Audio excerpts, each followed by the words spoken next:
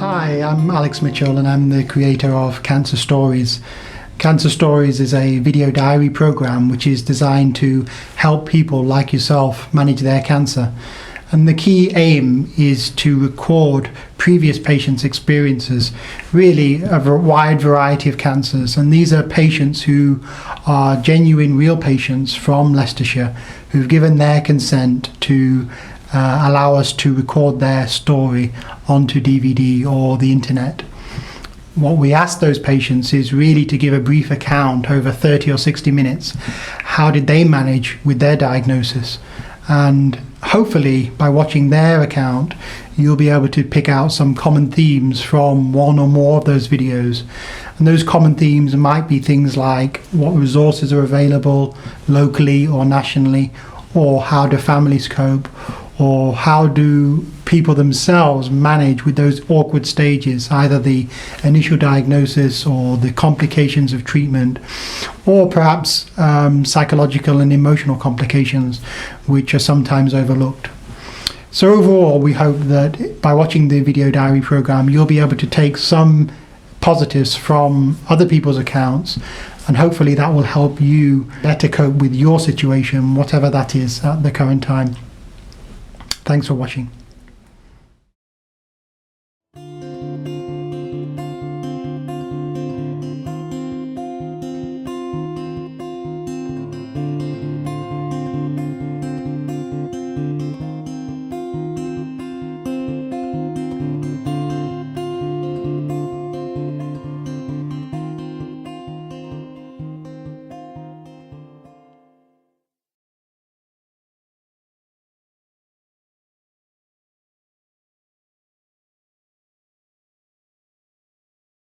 My name is Abby White. I am 28 years old, nearly 29. I grew up in Leicester Forest East with my family. I now live in Weston Park with my boyfriend and my cat Ginge, who are both awesome. I am a deputy manager for a supermarket, the one with the green signs, who's good with food. I was diagnosed with cervical cancer 2 years ago from a standard smear test. I like going on holiday. I like going out with my friends. Don't like exercise. I like cars and some sport to watch, not to do. That's about it, I think.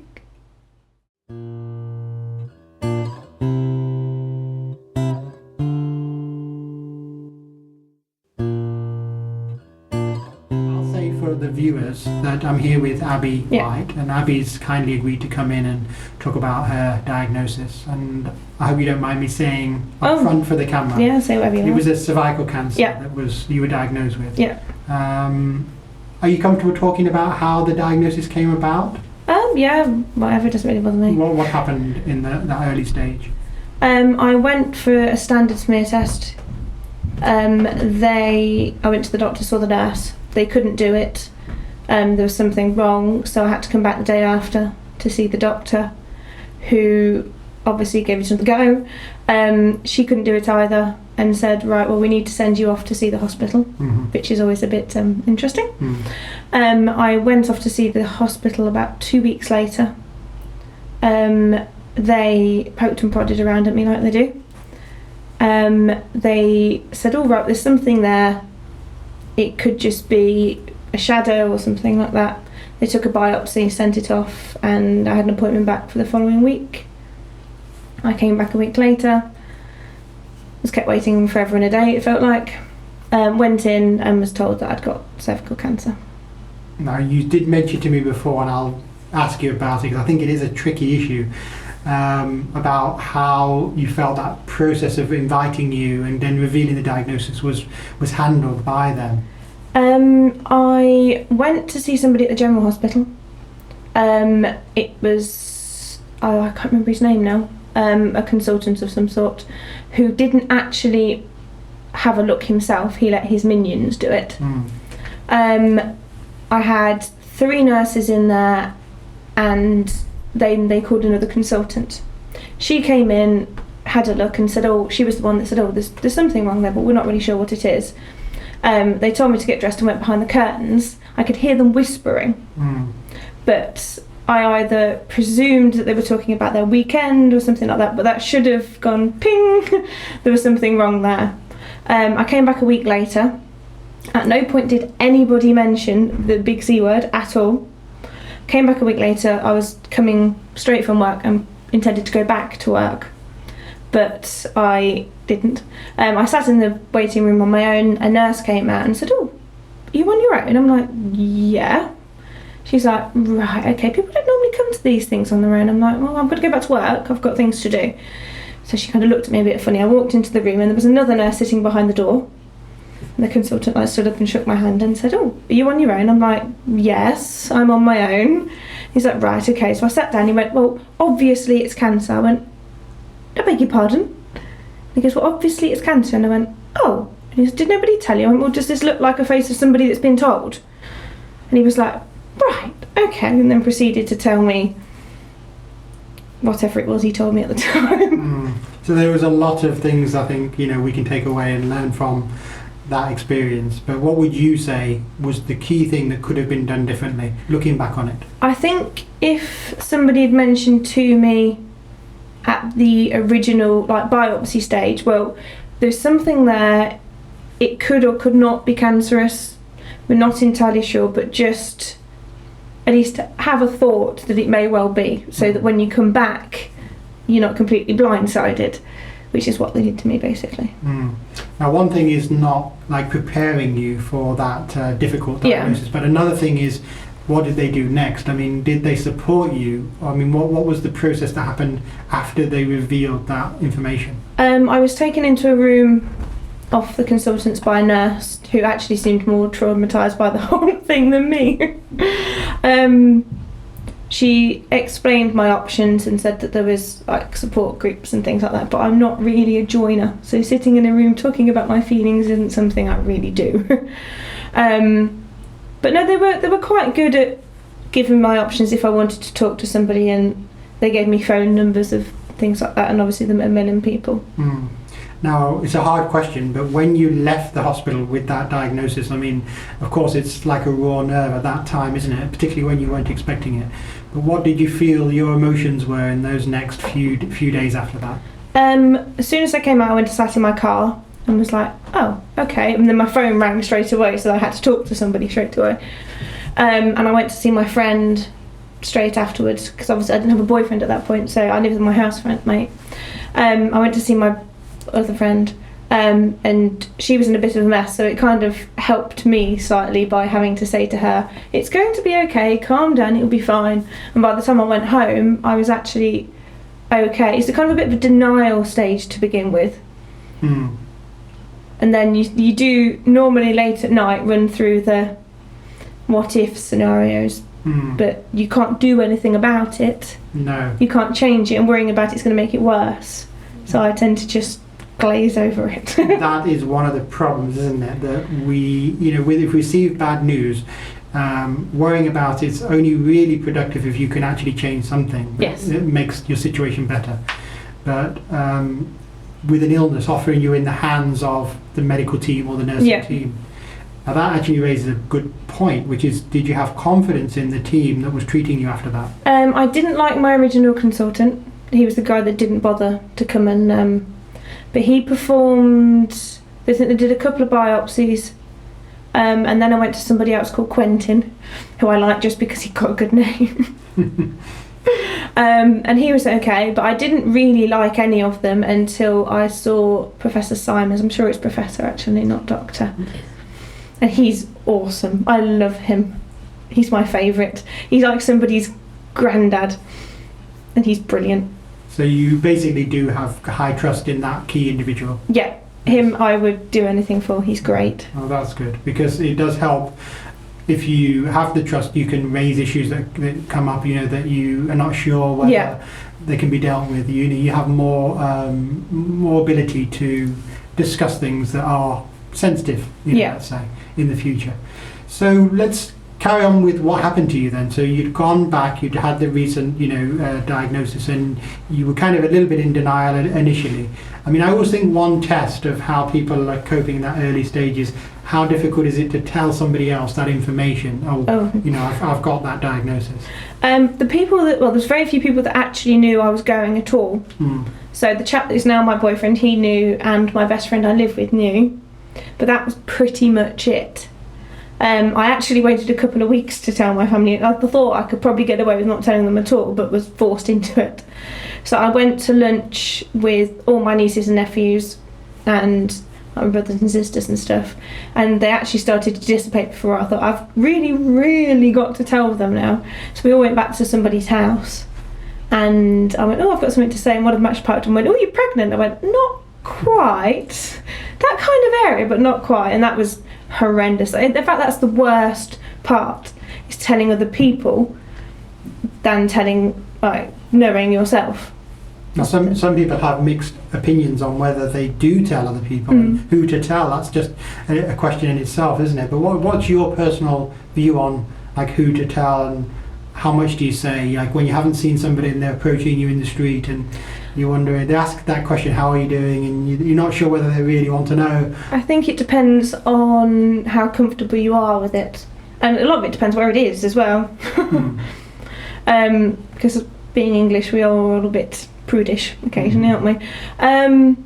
I think it's important to tell those you care about, because if they find out from other people, then that never goes down well. Because I had a close personal friend that I grew up with that I just didn't get round to telling, and she found out through a friend of a friend, and she was devastated, not only that I was poorly but that I hadn't told her. But they can never actually tell you that because they can't pick on a poorly person, which is one of the benefits, actually. No one can be mean to you, which is good. But I think what I'm taking from that is sometimes you think you might be protecting somebody by not telling them. But usually they do want to know if there's somebody close to you. Yeah, I think that you should definitely make sure you tell people that you care about enough that you'd be upset if they were upset.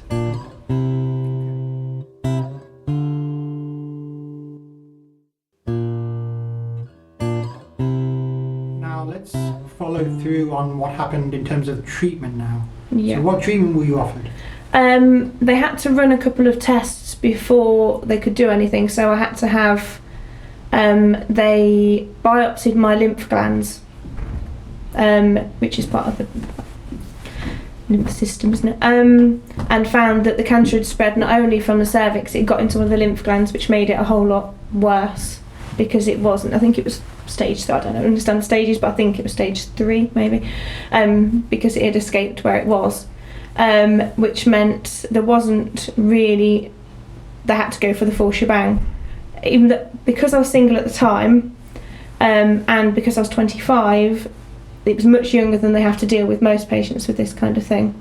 So one question I know is on some young people's mind is whether to get advice about fertility, particularly when their cancer treatment could interfere with that.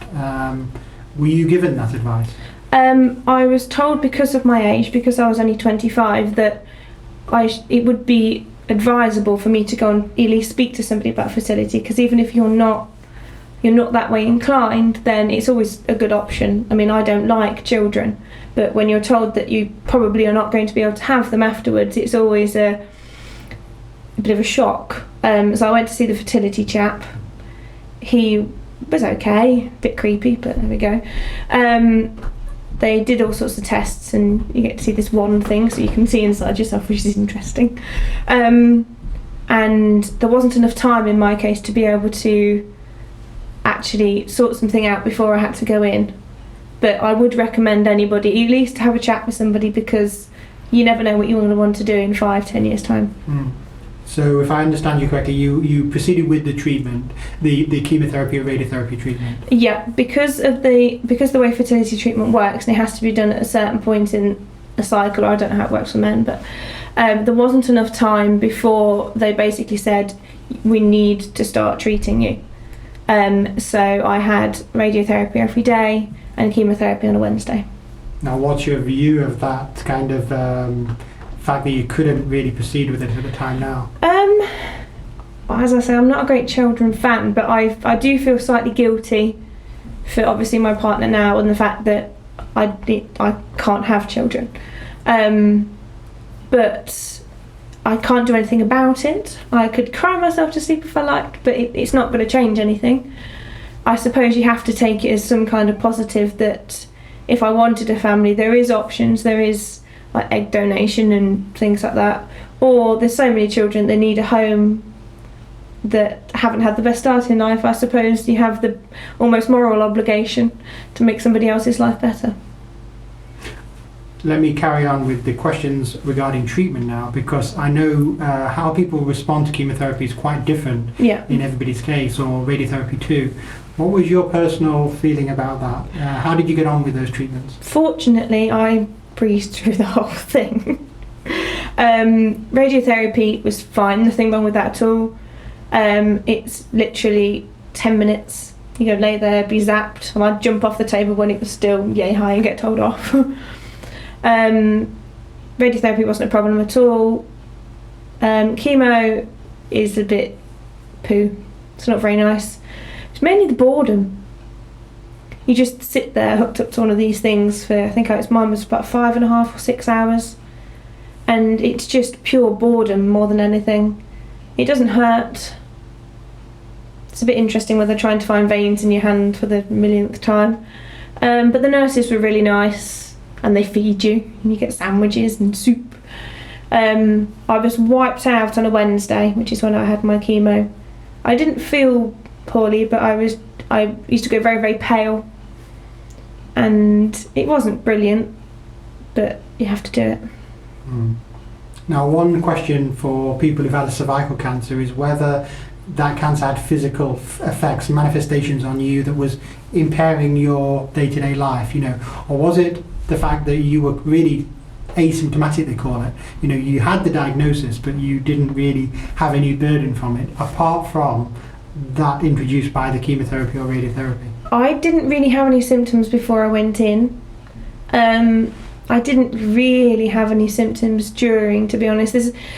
There's a bit of kind of icky stuff, but there's nothing really. The only symptoms I had really were caused by the poison they were pumping through my veins and the radiation they were blasting at me.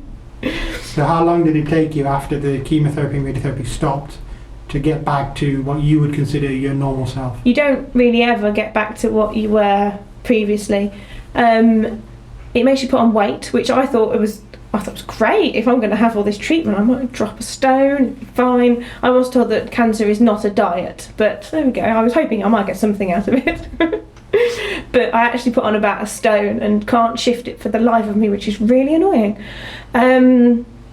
There's little things that change, but you never really go back to how you were before, but I'm pretty much how I was before. Now, how much of that is a physical effect? How much of that is psychological? I think, well, in my case, most of it's physical, I think, because I forget really how long it's been. I have to ask somebody else how long. I had to check before I came here today how long it actually was, because life seems to move so quickly. I can't believe how quick this year's going.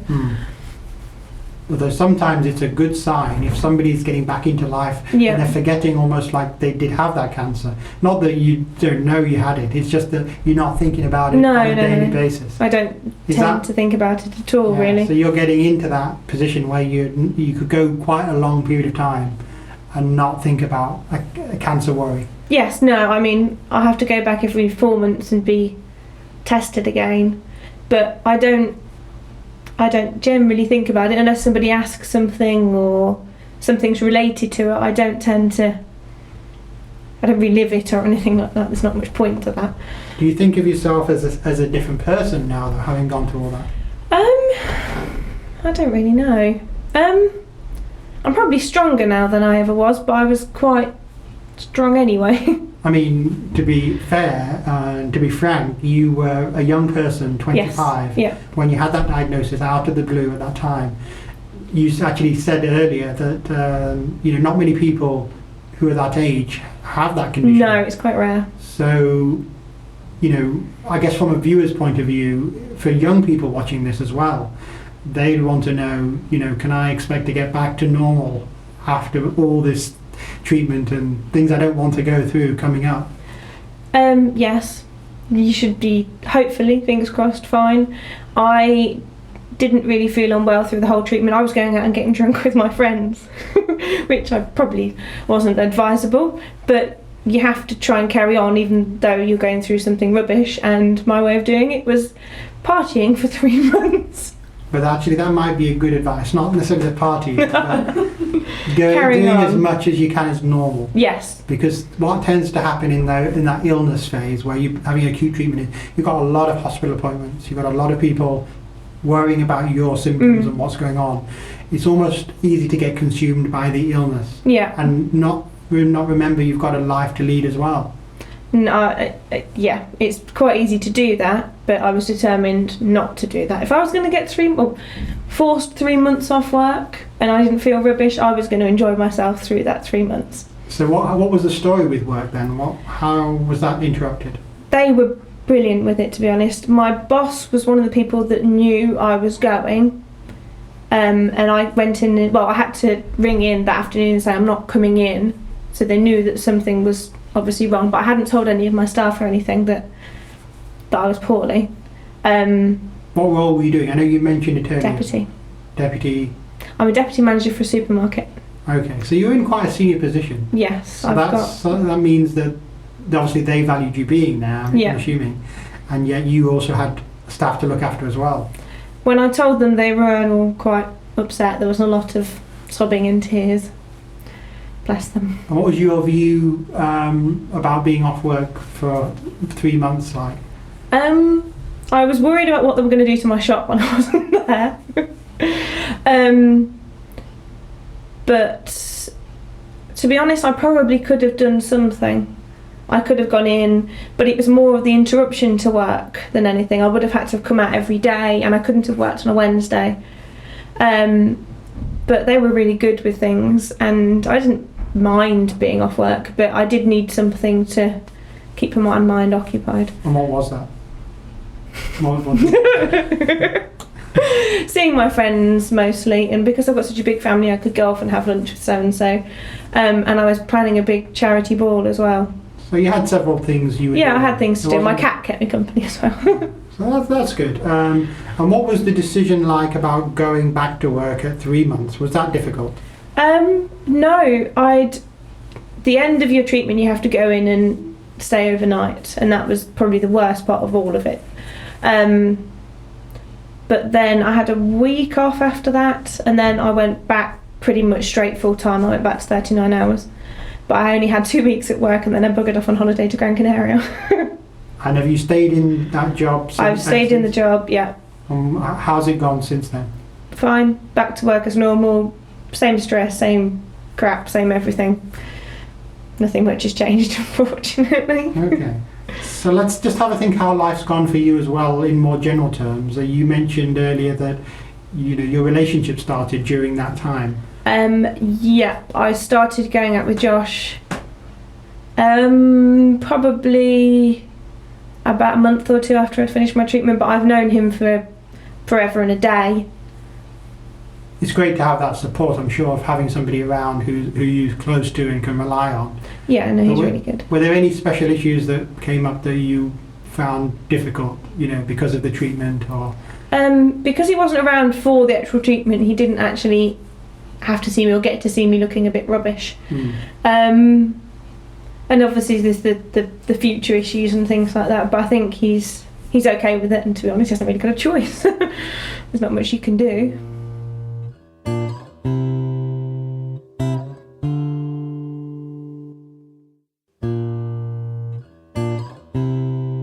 How's life going for you generally 2 years after the diagnosis? Fine, yeah. I'm looking at houses to buy. Problem is I don't like any of them. Work's fine. I've still got my same group of friends. It's almost like it never happened. Do you think there's any special issues with a young person being diagnosed with a cancer? Because one of the things about cancer resources, like support groups and things, is no doubt they tend to be aimed at slightly older patients, because that's the demographic really. And I just wonder whether that affects how much support you have access to in a way. The nurses were brilliant, because a lot of those were quite young, So they'd kind of have a chat with you and things like that. But because I didn't really go for any of the support that was offered, I don't, to be honest, I don't think there's much.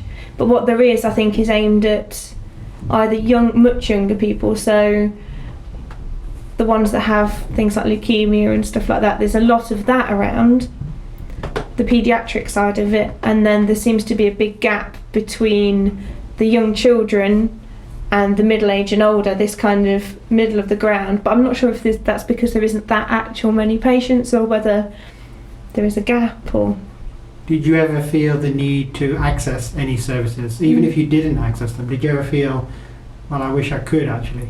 Not really. I've got quite a support network with my family and friends.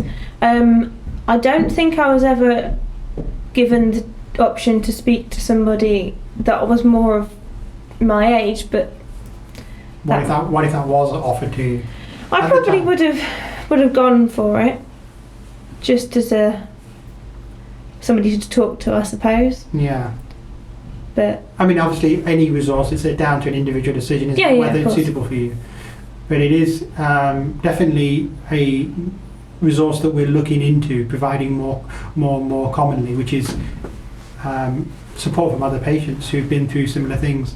Now, sometimes, as you know, we can't always give that, the person who's ill right now, access to the ideal person. No, of course not. But that's partly why we're doing the video program, to try to allow people to have your shared experience, albeit via recording. Is there anything along those lines that you think was a useful lesson, something that you found out, or a resource maybe? They give you in my case with the cancer I had, they give you this purple pack thing that has lots of leaflets and information in it, and there's, without going on the internet and scaring yourself, which is what a lot of people do, I think, which is never a good idea. Don't do that.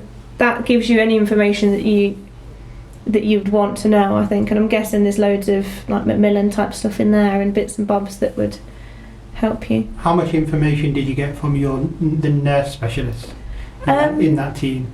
They were really good. I mean, I think Lorraine was the name of the chemo nurse that I had, and she was brilliant. She was quite good fun and made everything not quite so serious. If I'd asked them anything, I'm sure they would have been able to give me answers, but I didn't.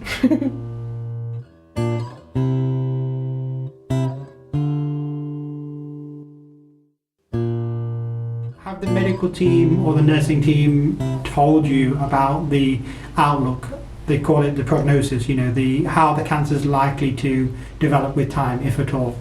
I went back to see Dr. Simons about 4 months ago, I think it would be now, and we were having looking through my notes and realised that it was like 18 months since the treatment had stopped, and he said because it's almost like a point to which you can say, right, well, you should be okay now. Once you get past that point, the likelihood of it reoccurring, the prognosis gets better and better. I mean, there's obviously always the chance that it'd come back, but as of now, at the minute, I'm in remission. But yeah, hopefully. I mean, it's definitely a good place to be in remission, and that's excellent. But I would just wonder whether psychologically, do you feel you're more somebody who's waiting for something to happen, like maybe it could come back, or you're more like thinking, I've dealt with it and I've really conquered that illness for now? I'm not waiting for it to come back. I don't generally think about it coming back. I've done it now. I've done that one. Can get another one, I suppose, but no. I don't tend to think about if it comes back, because if it does, then I'll deal with it and get on with it. But it's not something that tends to occur to me because I'm not that much of a negative type person, really. But you could, in theory, face the situation in the future if you needed to have further treatment, or if it did come back and you needed, further input, you would be able to deal with that. Yes, I'd be fine. I think I've done it once, nothing's stopping me doing it again. And in a way, that's a very healthy place to be, because it allows you to relax about the here and now.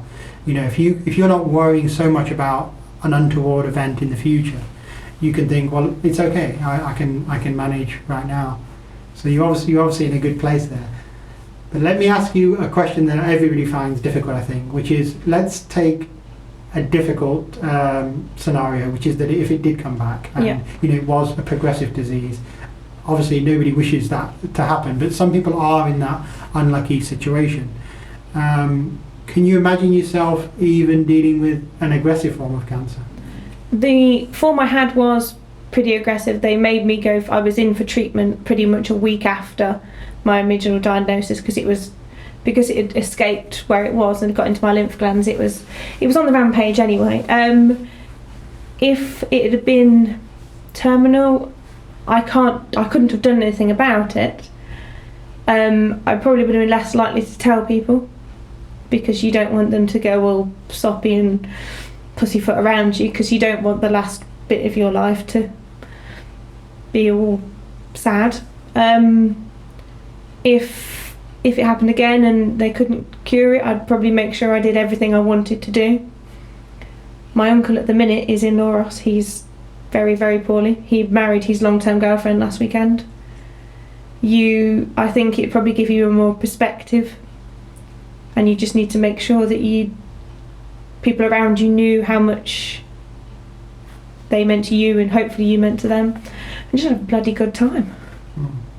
I think that's a good sentiment, and definitely excellent advice for anybody watching. I'm just wondering also though about that, the eventual outlook. Some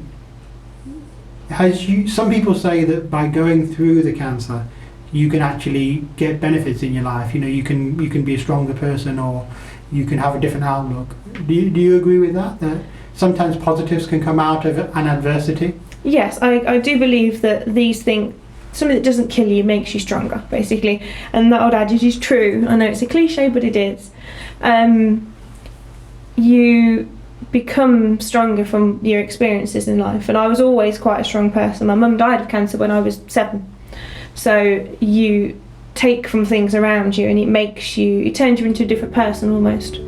I'm still the same person I was before, still as pig-headed and as pain in the backside as I was before, but I've got more courage, maybe.